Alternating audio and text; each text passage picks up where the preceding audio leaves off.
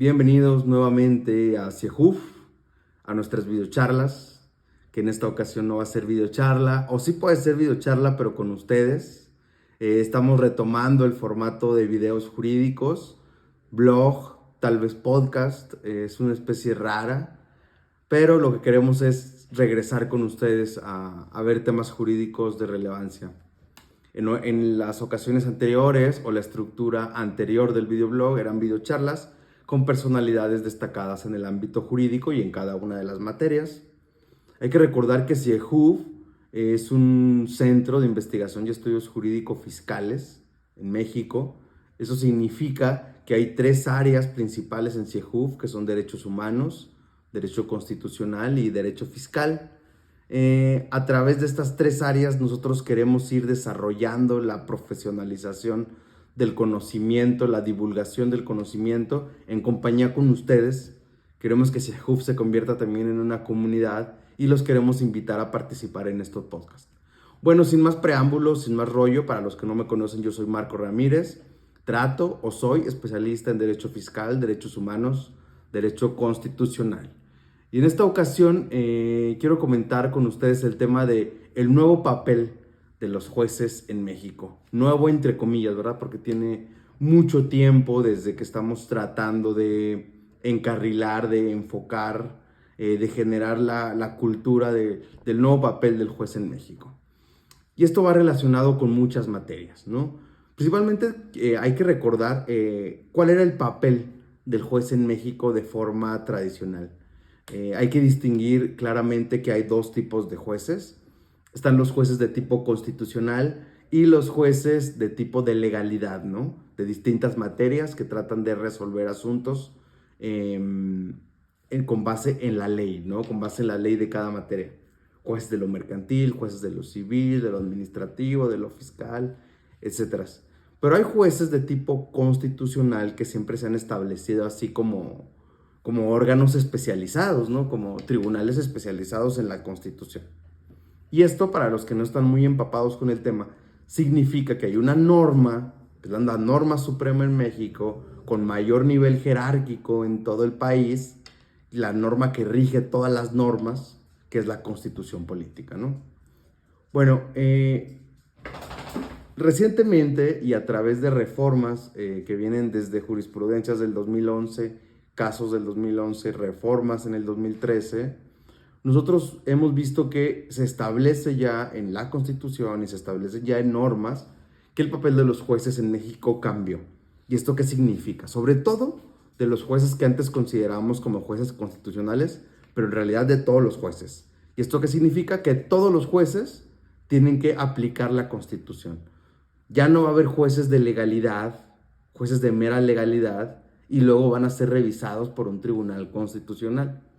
Ahora de lo que se trata, o de hace mucho tiempo, ya casi 10 años, y seguimos estableciendo que esto es nuevo, cuando en realidad ya es bastante viejo, se trata de que todos los jueces en el país puedan revisar la Constitución, puedan aplicar derechos humanos.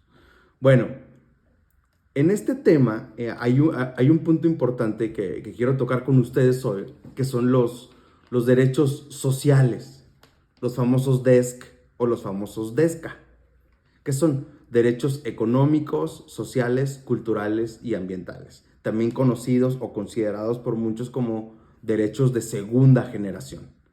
¿Por qué? Porque consideraban que antes los derechos de primera generación eran los civiles y políticos, que son principalmente derechos de libertad, que van enfocados en generar obligaciones al Estado, a las autoridades de no hacer, es decir, no afectar mis libertades.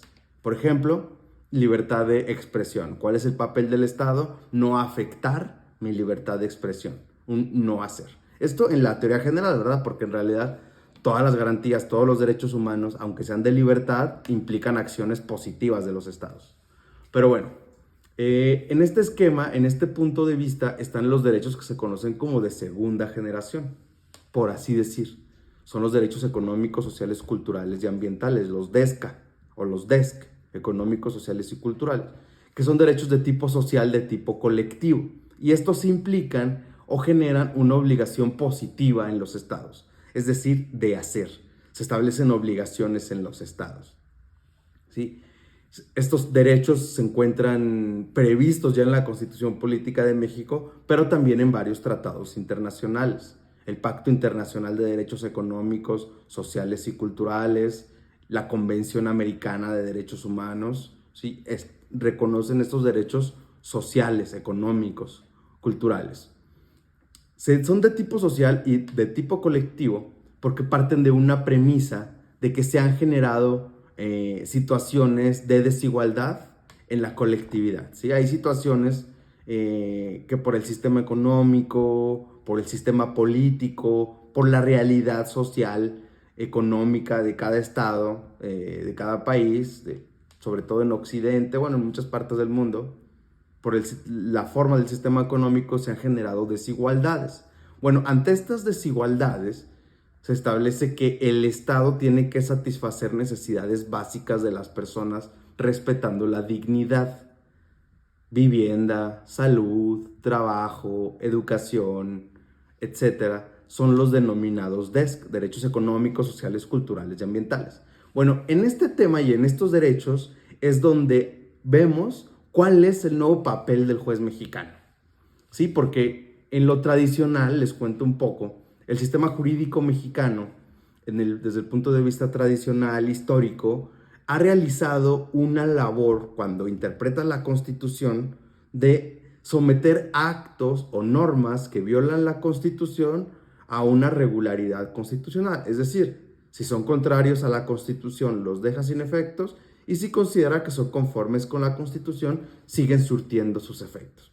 Hay un acto de alguna autoridad, de algún policía, del fisco, de una autoridad del trabajo, establece una sanción, una clausura, una detención por un policía, y entonces las personas que se sienten afectadas por ese acto acuden ante el juez y le dicen: este acto viola mis derechos que están en la Constitución por esto y por esto. Punto 1, punto 2, punto 3, violan mis derechos. El juez revisa el acto, cómo se emitió, lo somete a un escrutinio constitucional, si está de acuerdo o no está de acuerdo con la Constitución, y lo deja sin efectos, ¿no? Eso es principalmente lo que se trata la defensa constitucional desde un punto de vista concentrado, ya no desde un punto de vista difuso de que todos los jueces tienen que aplicar la Constitución, sino ya tribunales especializados en aplicar la Constitución, que en México son los juzgados de distrito, los tribunales colegiados. Bueno, bajo este esquema y bajo el esquema de los derechos sociales, económicos, culturales y ambientales, vemos que los jueces ya tienen que ir más allá. Ya no tienen que limitarse o establecer su actuar a revisar que tanto un acto, una sentencia, una ley es conforme o no con la Constitución y dejarla sin efectos.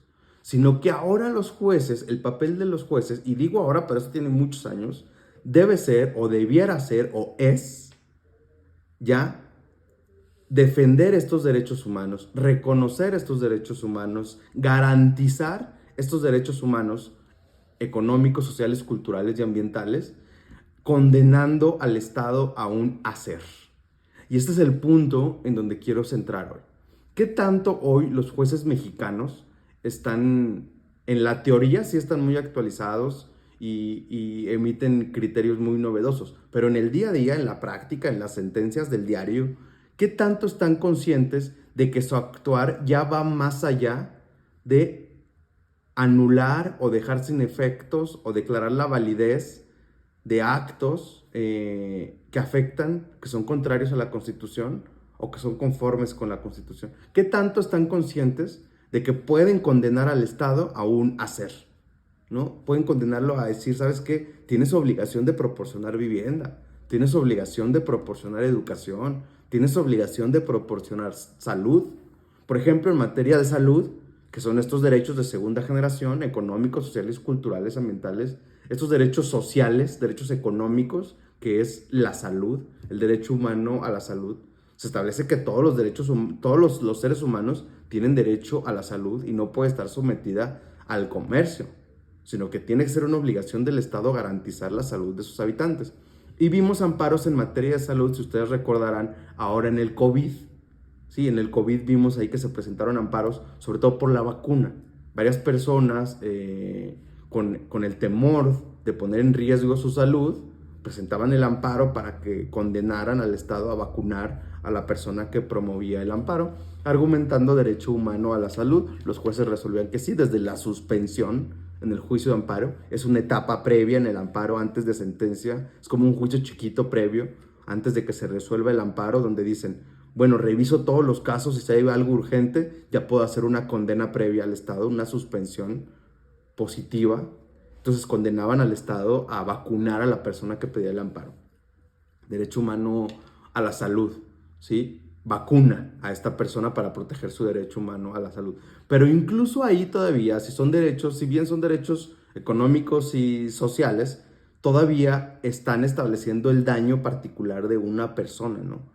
Y yo lo que quiero hablar hoy es también de esos derechos colectivos, cuando es un conjunto de personas o toda la sociedad o unas personas que se colocan en una situación particular, un colectivo determinado, pueden acudir al amparo sin una afectación individual como es mi vacuna, ¿sí? A solicitar la protección del juicio de amparo y a solicitar acciones positivas a los jueces, que tanto pueden acudir con esa parte, ¿no? Con esa razón. Y entonces aquí tenemos, por ejemplo, tenemos ejemplos también en jurisprudencia mexicana y en sentencias y en casos, sobre todo en materia ambiental, donde se ha ido avanzando un poco más en estos derechos colectivos y sociales, por así decir, ambientales, derechos de segunda generación, y se ha establecido que uno ya puede acudir al amparo cuando se trata de un amparo ambiental, por así decir, aunque no tenga un perjuicio individual 100% claro, que esa era una condición tradicional para acudir al juicio de amparo. Yo necesito un daño, yo en mi persona, oye, me estoy quedando sin aire en mi casa, no puedo respirar, presento un juicio ya a lo mejor en materia ambiental, ahora no tanto. Entonces establecieron criterios como un lugar adyacente de un ecosistema que pueda ser afectado, pueda acudir al juicio de amparo, ¿sí? En materia de residencia, en materia de habitabilidad, de la zona donde habito, si tengo una incidencia en el ecosistema, puedo proteger ese ecosistema a través del juicio de amparo y el juez de distrito puede condenar a hacer acciones positivas, ¿no? Pero ¿qué tanto hemos avanzado en eso? Porque hoy nosotros nos damos cuenta que los jueces de distrito todavía no cambian esa mentalidad de tradicional de un perjuicio individual, ¿no? Siguen sometiendo a un criterio de prueba, de valoración muy cerrado, donde todavía piden que el particular pruebe casi que en contra del juez como si estuvieran en litis, como si estuvieran en un conflicto el juez y el particular. Entonces le pide el juez que acredite dónde vive, uno enseña la INE y el juez dice que no es suficiente una INE, entonces quieren constancias, quieren una serie de pruebas que todavía van bloqueando el juicio de amparo colectivo y social, donde desde un punto de vista inicial el esquema probatorio de acceder a la justicia tiene que ser más sencillo, tiene que ser más laxo, tiene que ser más amplio. Desde mi punto de vista, una manifestación bajo protesta, a decir verdad, es suficiente para acceder al juicio de amparo. Ya después, si las autoridades empiezan a entablar un litigio, se tienen que solicitar mayores cargas probatorias, pero de entrada, una manifestación bajo protesta deberá ser suficiente. Bueno, me estoy desviando del tema, pero en este punto de los derechos sociales, culturales y ambientales, ¿qué tanto el papel de los jueces, del juez mexicano, ya está en el lugar donde debería estar o qué tanto le falta por avanzar? Sí, entonces, en los derechos sociales, el nuevo juez mexicano ya puede condenar al Estado, al legislador y al ejecutivo o a órganos constitucionales autónomos a un hacer. Sí, esto es muy interesante porque ese hacer vuelve al juez un agente del Estado encargado de garantizar, otorgar derechos humanos. Ya no nada más al legislador y al ejecutivo, sino el mismo juez se vuelve un ente garante, una autoridad garante de otorgar derechos humanos como vivienda, alimentación, salud, educación, mínimo vital. Entonces se vuelve interesante cuando sabemos que el juez en México ya tiene ese papel.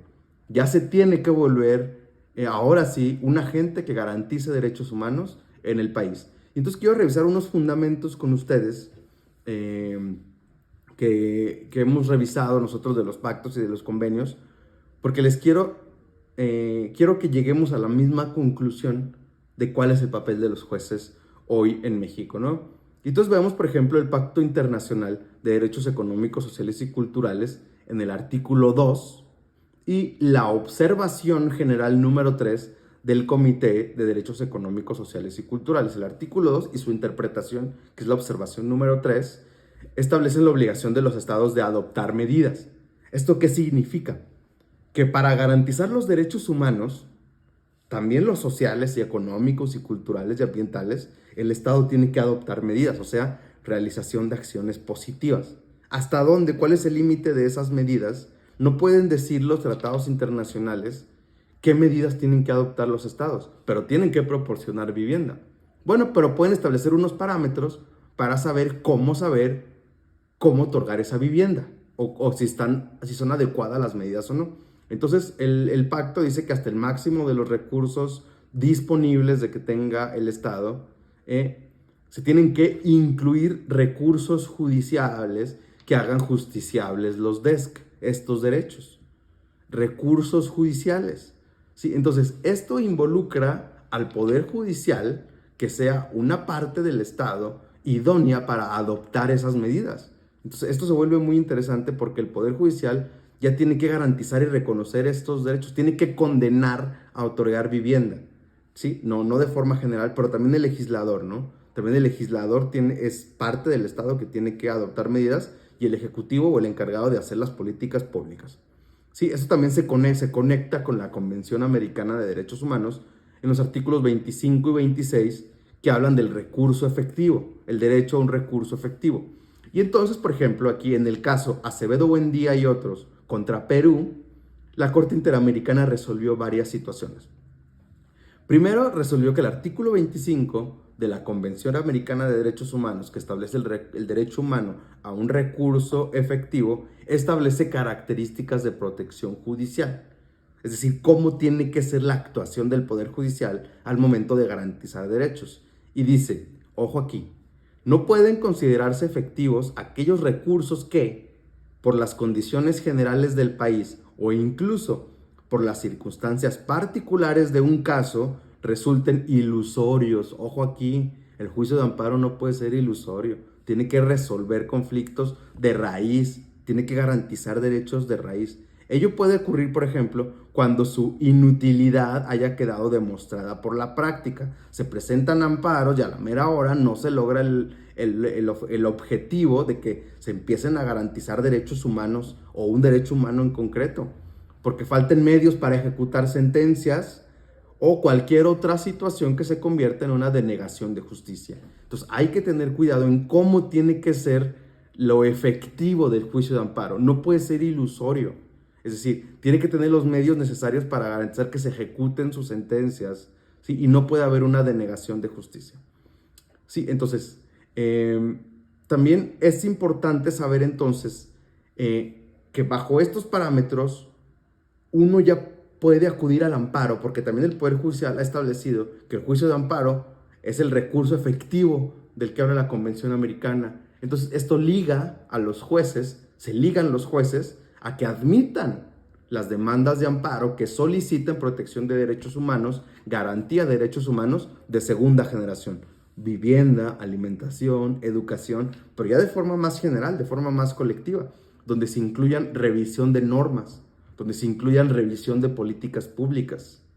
Y esto les puede saltar, ¿no? Porque pueden decir, entonces los jueces pueden determinar las políticas públicas que le corresponden al Ejecutivo. Los jueces pueden fijar las normas que se tienen que aplicar que le corresponden al legislador. Oye, y entonces la división de poderes, entonces se pone aquí interesante, ¿no? Se vuelve bastante interesante, bastante complejo, sobre todo por esa parte de invasión de poderes, ¿no? ¿Qué tanto los jueces se vuelven o no se vuelven ese agente que permite garantizar derechos humanos? Y entonces a mí me gusta esta tesis de la primera sala de la Suprema Corte de Justicia de la Nación, que fija muy bien los límites y que pues la voy a leer, aunque se aburran, no se crean, no se van a aburrir, pero sí la voy a leer para que todos veamos más o menos cuál es el límite de los jueces en este punto de conflicto, donde se relacionan unas facultades con otra, pero lo que queremos es que el Estado pueda garantizar y reconocer derechos humanos, que tenga políticas públicas eficientes que garanticen vivienda a las personas, que garanticen educación de calidad, accesible, que garanticen salud, agua, ¿sí? Los estados están regalando el agua, ¿sí? A corporaciones, a empresas, no están limitando. ¿Cómo las personas se pueden defender? A través de los jueces, que para eso están. Pero los jueces no pueden hacer leyes y no pueden hacer políticas públicas, ¿no? Entonces, está ahí una parte en conflicto muy, muy interesante.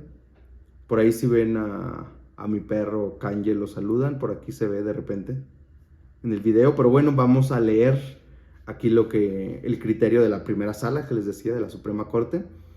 El rubro está cortito: derechos económicos, sociales, culturales. Deber de alcanzar su plena protección progresivamente. Una vez satisfecho el núcleo esencial de los derechos económicos, sociales y culturales, imponen al Estado una obligación de fin, toda vez que dichas normas establecen un objetivo que el Estado debe alcanzar mediante los medios que considere más adecuados, partiendo de la premisa de que el pleno goce de los derechos sociales no se puede alcanzar inmediatamente, sino de manera progresiva. De esta manera, los órganos de los poderes ejecutivo y legislativo deben diseñar una política pública mediante la cual se garantice el pleno goce de los derechos económicos, sociales y culturales. Ahora, este deber implica que tiene que existir una política pública razonable para alcanzar el objetivo impuesto por el derecho en cuestión. En este sentido, los tribunales deben analizar si la medida impugnada se inscribe dentro de una política pública que razonablemente busque alcanzar la plena realización del derecho social. Y ese es un primer límite que sí tienen una facultad de revisar los tribunales, que es la razonabilidad de la política pública. Si es lo suficientemente razonable o no, si es idónea o no para satisfacer el derecho que se está sometiendo a conocimiento de los jueces. Sin embargo, son las autoridades administrativas, legislativas, quienes en principio están en una mejor posición para determinar cuáles son las medidas adecuadas para alcanzar la plena realización de los derechos sociales. Por lo tanto, al analizar la razonabilidad de las medidas, los tribunales deben ser deferentes con dichas autoridades. Es decir, el juez puede revisar las medidas que adoptaron los estados y puede decir si son razonables o no, si son idóneas o no. Entonces, incluso pueden ser objeto en ejecución de sentencias para que no sea una justicia ilusoria, para una verdadera ejecución de sentencias. Pueden establecer rendición de cuentas de las medidas y puede acudir el particular a revisar posteriormente en plazos razonables si están teniendo efectos o no esas medidas.